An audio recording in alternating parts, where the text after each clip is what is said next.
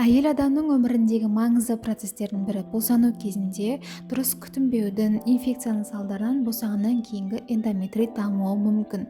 Ол дегеніміз босанған соң эндометрия, яғни жатырдың шырышты қабығының инфекциялық қабынуы болып саналады. Көбінесе бұған миометрия, яғни жатырдың бұлшықеттері болады, солардың қабыну процесіне қатысуы болып саналады. Бұл кезде әйел адамдардың шағымдары қандай болады?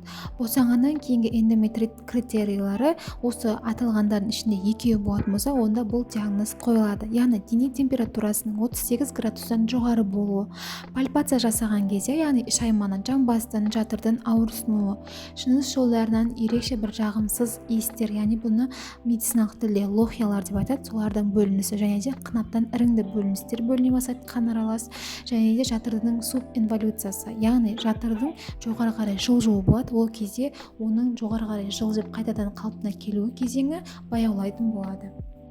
Эндометриттің классификациясына келетін болсақ, олардың зақымдау органдарына байланысты компенсациялық, субкомпенсациялық және де декомпенсациялық эндометрит деп бөлінеді.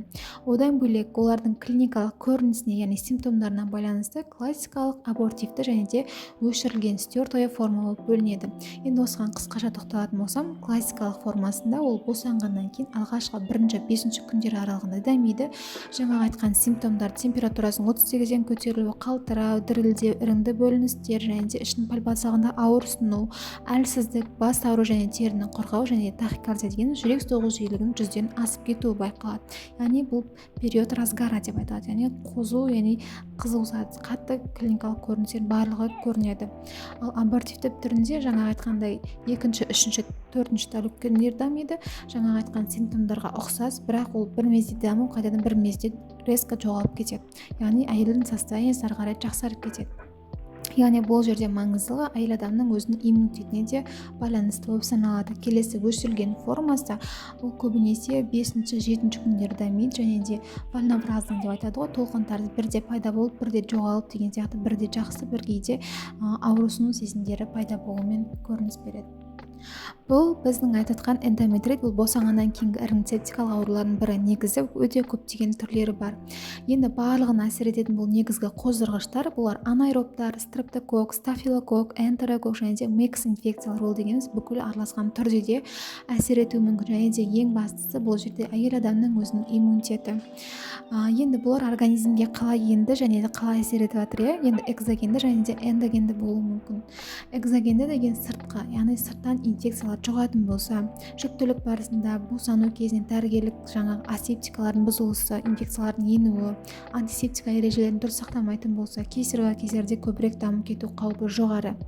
Ал эндогенді болған кезде, егер де әйел адамның өзінің инфекциялары болатын болса, организмінде төменгі тыныс жолдардан ол жоғары қарай өрлейді, немесе қандай да бір органдарында қабынулық аурулары болатын болса, солар гематогенді, лимфогенді жолмен таралып, инфекцияның жаңа жатырға келуінен жатырдың қабынуы дамиды.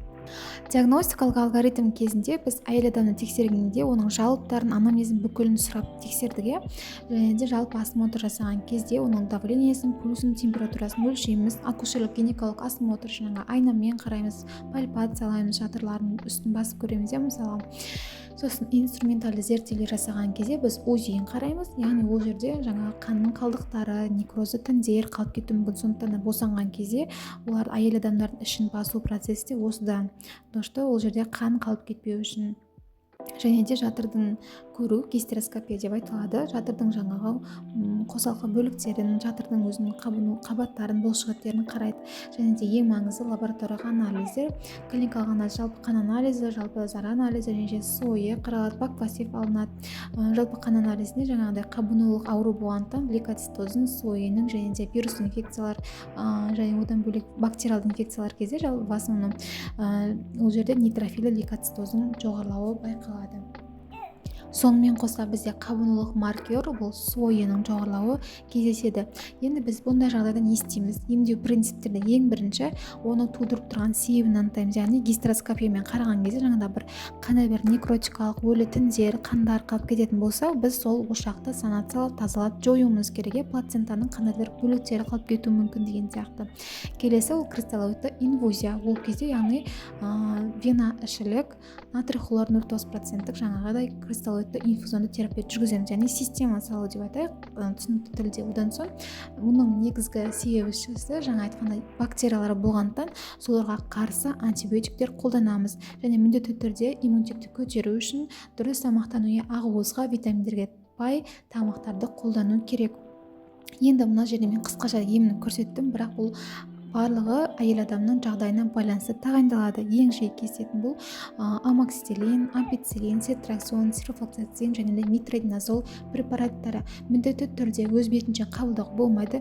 Біз міндетті түрде этотропты ем тағайындаған кезде ол антибиотикке әйел адамның сезімталдығы бар ма немесе резистенттілігі бар ма екенін анықтауымыз керек. егер өз бетінше алатын болсаңыз, резистенттілік ол жерде дәріге деген резистенттік болатын болса, ол сіздің қабылдаған дәріңіз әсер етпейді. Сондықтан да бізде бак пассив алынатын болады.